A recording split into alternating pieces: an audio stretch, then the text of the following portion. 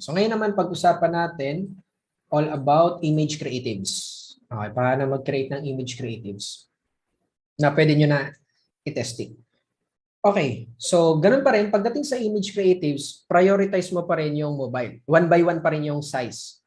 720 by 720 or 1080 by 1080. Okay, pa-prioritize mo pa rin yung mobile. And ito yung online softwares na pwede nyo gamitin. Canva.com at saka remove.bg. Okay, itong remove.bg, pag nag-drag and drop ka dyan, automatic natatanggal yung background. Ang galing nga eh. Kaso, medyo mababa yung quality niya, pero hindi mo naman kailangan ng super. Actually, acceptable na yung quality niya. So, for example, pakita ko sa inyo.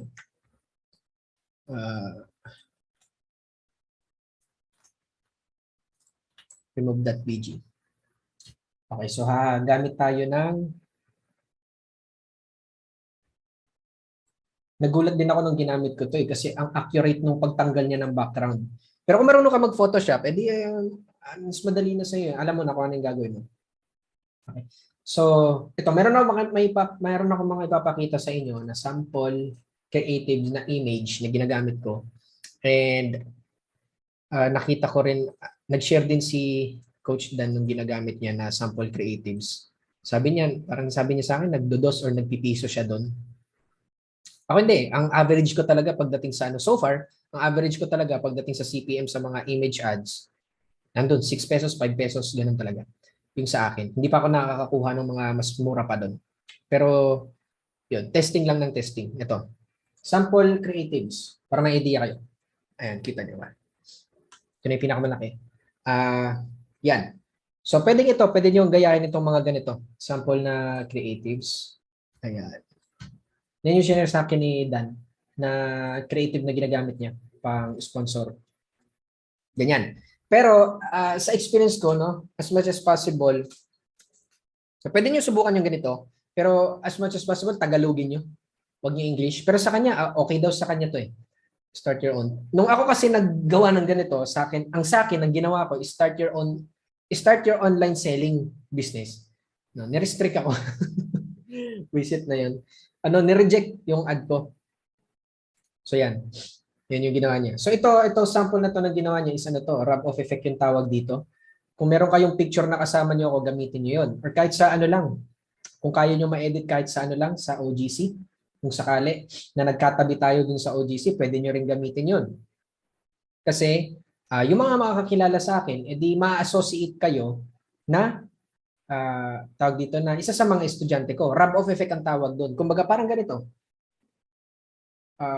Halimbawa, nakapagpa-picture ka sa isang celebrity. Diba? Tapos pinost mo sa social media. Di ba ang lakas ng dating? Para kang kasi sino lang ba yung mga nakakapagpa-picture sa mga celebrity, di ba? So rub-off effect, kaya rub-off effect nun, parang ang tawag dito, parang napagpagan ka ng kasikatan, parang ganun. Kaya rub-off effect yung tawag. Parang na-associate ka na something, naka-close mo sila, ganun, kahit hindi naman talaga. Dito sa case natin, syempre, estudyante ko kayo, so malamang, diba, hindi lang basta-basta nakapagpa-picture sa akin, parang ganun. Meron tayong relationship talaga.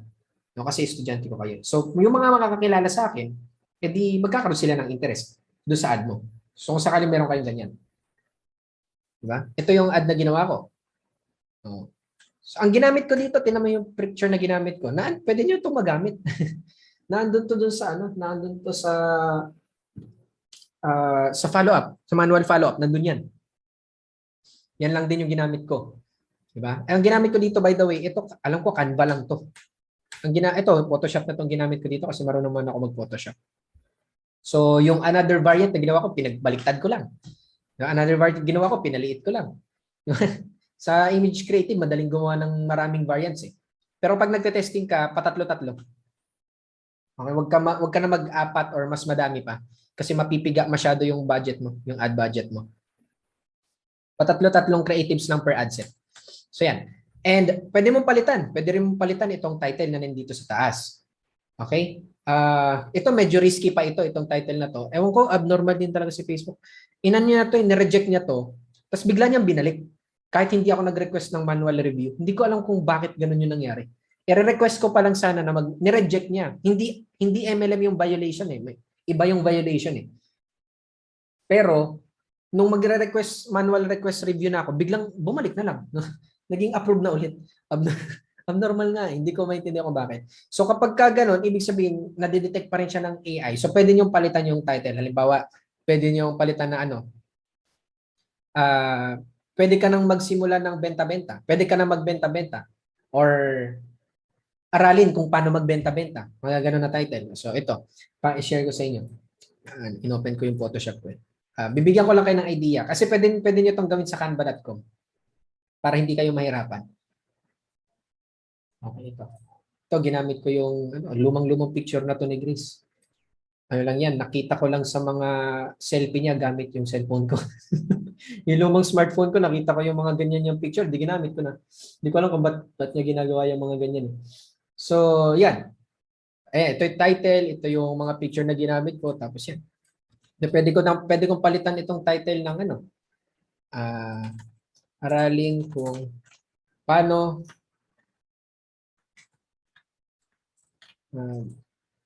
benta. Yeah. Huwag kayong gagamit ng huwag kayong gagamit ng mga dash. Kasi minsan sinasabi nila circumventing yun eh. Ewan ko ba kung bakit. No? Huwag kayong gagamit ng ganun. Ng mga dash, sinasabi minsan ni Facebook circumventing. Okay, ganyan. Pero as much as possible, sa title, ipapakita mo yan. Kasi sa akin, ginagawa ko keep it short and simple eh. So, pero as much as possible sa title, sasabihin mo na may kapital. Kaya di ba pakakita nyo kanina, hindi ko nilagay yung amount, nilagay ko lang 2.5. Di ba? Aralin ko paano magbenta-benta. Gagawin ko, i-adjust ko na lang siguro ito. Pero ang nag-perform kasi sa akin ay itong malaki yung picture ng mga parcel kumpara dun sa kaninang pinakita ko sa inyo kanina. Pero testing nyo pa din ha. Testing nyo pa din. So, ito na lang gagawin ko para magkasya. Aralin magbenta-benta, 2.5 lang. Ayan. So, lalagyan ko to ng color yan. So, natutunan ko rin sa color psychology na itong tatlong color na to, actually itong tatlo, pero ang pinaka-priority na color is yung red at saka yung yellow. Mapapansin mo, ang red kasi is nagbibigay ng excitement at kumukuha ng attention. Ang yellow pala yung nakaka-excite. Yung red pala is kumukuha ng attention at saka nagbibigay ng emosyon sa tao to take action. Kaya kung mapapansin nyo, tinan mo yung anong kulay ng McDo. Diba? Red and yellow. Ano pa yung mga example ng mga brands na red and yellow yung ginagamit nila. Actually, madami. No, nalimutan ko lang yung mga example na yun. McDo lang yung naalala ko eh. Pero madami. Kung di ako nagkakamali, Wendy's din. Ganon. Usually, mga gumagamit nito yung mga brands. Tawag dito. Si Jollibee, wala naman yatang yellow si Jollibee. Merong yellow si Jollibee, di ba? Yung mismong yung pangalan ng Jollibee. Red and yellow. Basta nagagamit rin nila yung red and yellow. Kung di ako nagkakamali. Tama ba? Ano pa? Marami kayong makikita search sa Google, marami kayong makikita ng mga big brands, ng mga ginagamit nila tong red and yellow. So yan. So as much as possible, ipapakita nyo yung sasabihin nyo sa title, pag image lang, sasabihin nyo sa title yung capital, 2.5. No? Huwag nyong kakaligtaan yan kasi nga, i-repel natin yung mga walang pera. Okay? So yung variant, ang gagawin ko is, pag-iiba, paliliitin ko na, palalaking ko, pagpapalit-palitin ko ng location. So yan, pwede ko na simulan na ganyan. Pero as much as possible, kung hanggat kaya nyo, 2-liners lang. 2-liners lang yung title. Ito masyado nang madami ito. Masyado nang madami yung text. Pwede rin ganito. Benta, tapos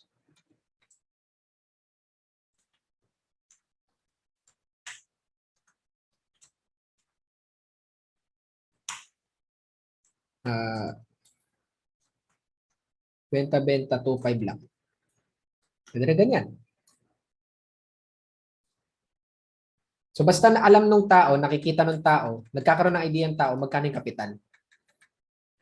Okay, wag yung kakaligtaan yan. Kasi wag nyo ilagay yan, makakakuha nga kayo ng mga inquiry na madami. Pero hewan ko lang kung gaano karami yung mapa-enroll nyo doon. Kasi makakakuha kayo doon ng mga inquiry na, ay, may kapital pala. Busy. Sayang yung oras sa pakikipag-usap sa mga ganun. Okay? So, yan yung sample. So, ngayon, kung ang ginagamit mo kasi ay tawag dito, Canva, no? Wala kasi doon katulad dito sa Photoshop na kaya mong tanggalin yung background. So, dito ka nagagamit nitong remove.bg, okay, na website. So, ang gagawin mo lang dito, halimbawa, yung gusto mong gamitin na picture, gamitin mo yung picture mo ha. Picture mo yung gagamitin mo. Okay? Picture mo yung pinapakita mo. Kasi yun ay part ng personal branding mo. Now, pagdating sa branding kasi, tinuturo ko yan sa Leadership Academy. Pero, binibigyan ko na kayo ng introduction kasi sobrang haba ng topic na yun. So, gagamitin mo yung picture mo. So, for example, kukuha ko dito ng sample na picture ko. Stop muna natin to.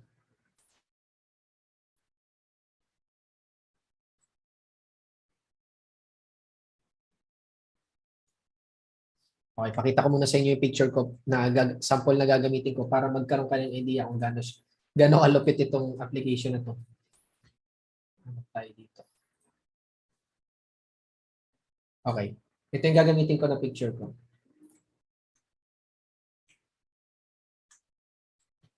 Ito. Okay, bigyan ko kayo ng trivia. Itong picture na ito ay nung leaders dinner. Exclusive dinner sa Shangri-La. Shangri-La nga ba? Resorts World, limot ko na. Saan yan? Shangri-La o Resorts World? Basta last December ito. And dito sa itong picture na to, nakainom na ako niyan.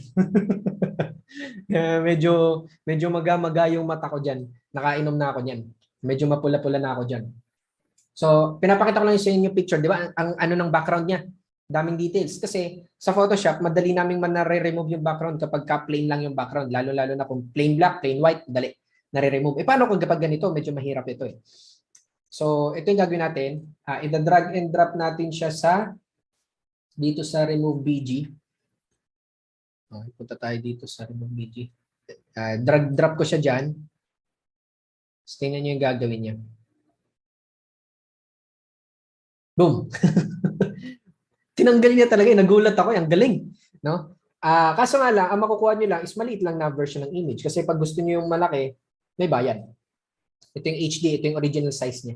Naman, natanggal ang linis nito. So, try natin i-download. Hindi naman kailangan na sobrang ganda ng quality ng Napakita ko sa inyo ha. Hindi naman kailangan sobrang ganda ng quality ng ng video na gagamitin mo. So, ayan. Di ba? Natanggal yung background niya. So, ngayon, gamitin natin ito sa sa Canva. Punta naman tayo ng canva.com.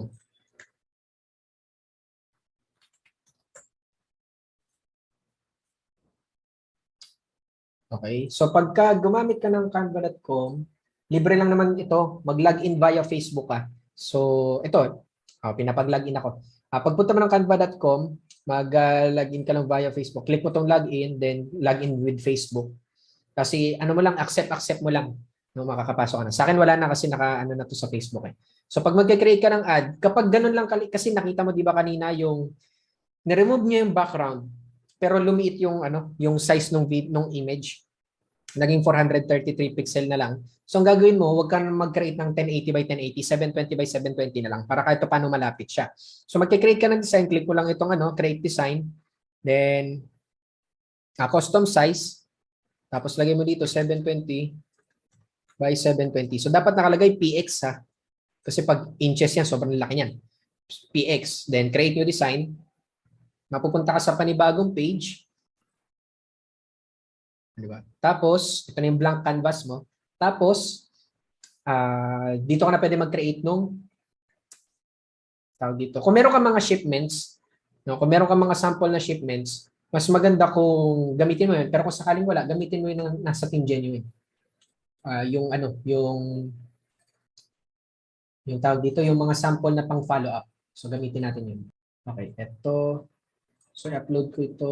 Drag and drop lang naman pag-upload. No, kung meron kayong mga shipments na sarili nyo, yung kayo mismo yung nagpadala or may picture kayo ng mga madaming product, no? As much as possible, wag product ha. Wag yung mismong product ang ipapakita nyo kasi wala nang curiosity kapag ganun. Parcel, mga parcel, kung meron kayong ganun. Kung wala, gamitin nyo yung nasa Team Genuine. I-provide ko yun. So, nabawa, ganyan. So, yan dalawa. Pag clinic mo yung dalawa na yun, papasok na yun dyan. Tapos, i-upload din natin yung tinanggal natin na background kanina.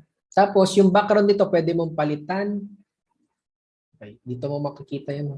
Ayun. So, dito sa color na ito. So, yan. Pwedeng ganyan, pwedeng basta yung as much as possible yung mga bright colors. Bright colors kasi matingkad, pula, ganyan. Orange, pwede rin ganito. Pwede mo rin i-customize para mas tumingkad pa siya. Ayan, pwedeng ganyan. Diba? Tapos, ito, ilalagay mo yung picture mo. Halimbawa, sample lang yan. Pero as much as possible, pag pipili kayo ng picture, yung matino ha. Yung maayos ha. Yung maayos na picture. Huwag kayong pipili basta-basta ng picture na ano. Kung meron kayong picture na kahit pa paano is naka-formal ka or semi-formal, nakangiti, pwede na yon. Hindi ko alam kung ba't ito yung ginamit ko na example eh. Pero pwede na yon. Naka-formal ka, semi-formal, nakangiti. Katulad ng pinakita ko sa inyo kanina, yung ginagamit ko na ad. Diba? I-share ko ulit sa inyo. Ito. Yan, ganyan. Yung parang mga ganyan. Hindi naman kailangan na naka-formal ka pa. Kung wala kang ganyan, kahit yung naka-semi-formal ka lang, naka-polo shirt ka, basta matino kang tingnan. Okay? Decente kang tingnan, professional looking, huwag yung nakasando, naka-t-shirt lang, or ano. Pwede rin kung meron kang Team Genuine shirt, pwede. Sa mga leaders, yung mga naka-leader shirt, katulad nito, pwede. Polo shirt, naka-coat, naka-jacket, di ba? Yung mga ano, tapos nakangiti. No, huwag kayong nakangiti or something yung katulad nitong kay Grace, pwede rin. Ito kasi pang-curious, di ba? Pang-grab ng attention pala, pang-grab ng attention yung mga ganyan. So, yung ganun. Okay. So, yan. Tapos, pag kung lalagyan mo siya ng title, nandito yan sa text, click mo yung add heading. So, yan. Tapos, para mabago mo yung kulay niya, dito siya. Kulay puti. Yan. Diba? Kung sakaling mapapanood nyo naman yung replay nito, kung sakaling nabibilisan kayo, bagalan nyo lang. Pwede nyo naman i-pause and play eh. So, halimbawa, ito, benta. Tapos, copy-paste. Copy-paste na lang natin. Allow. Benta, 2.5. So, yan. Pwede natin gawin ito. Customize natin yung color. Gawin natin yellow. Patingka rin natin dito. Ay, hindi pala tumingkad. Dark pala siya. Yellow. Yun. O, di ba? O, tapos. Nakagawa ka na. No? Walang Photoshop dyan. Partida.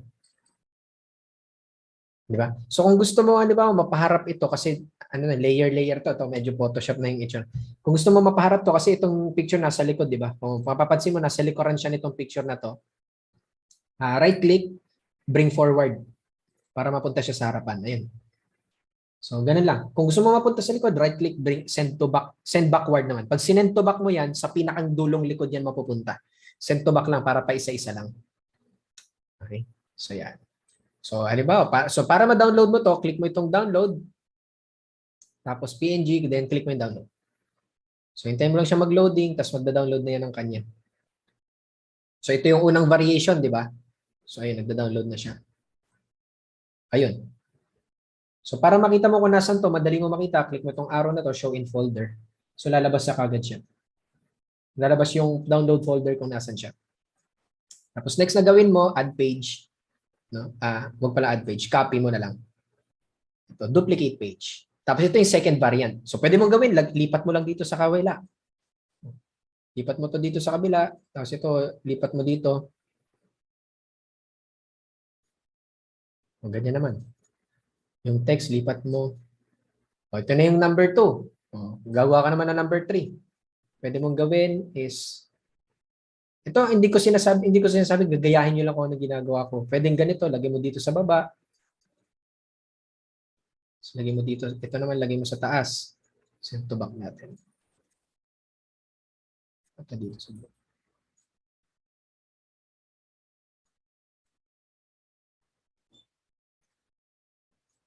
Ganyan. Pwedeng ganyan. Ito, lagay mo dito sa gitna. Pwede rin na yung panibagong pwede rin yung panibagong ad na i-create mo is palitan mo yung title naman. Halimbawa, create ka ng panibago. Title naman yung papalitan mo, halimbawa. So, halimbawa, ito, 2.5 lang. Tapos, copy-paste natin. Copy. Paste.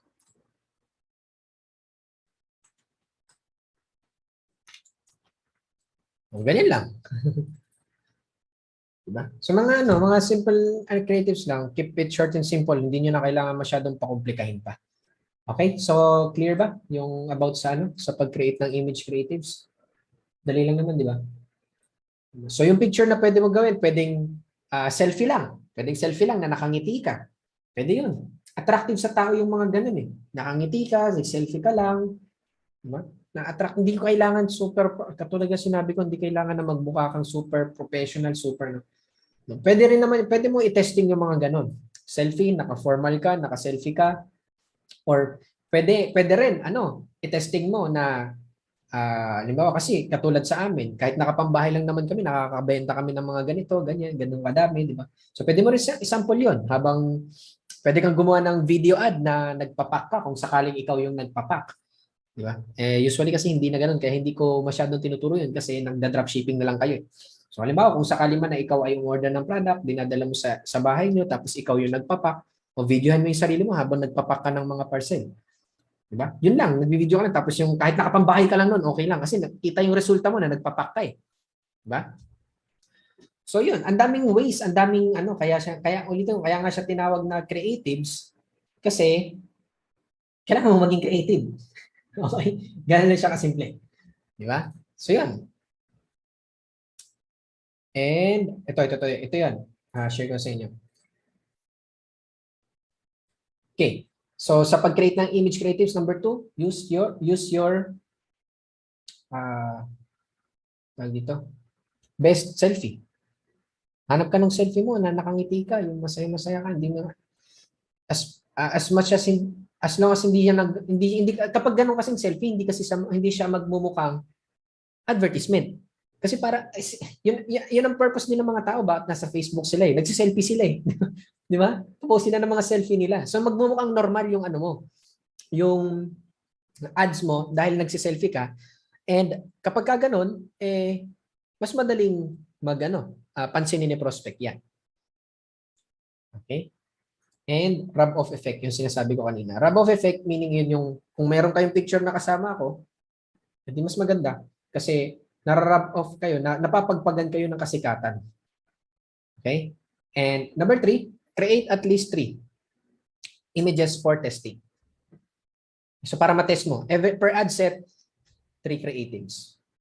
Para makapag-testing ka ng creatives. Okay? So, yun lang pagdating dito sa image creatives.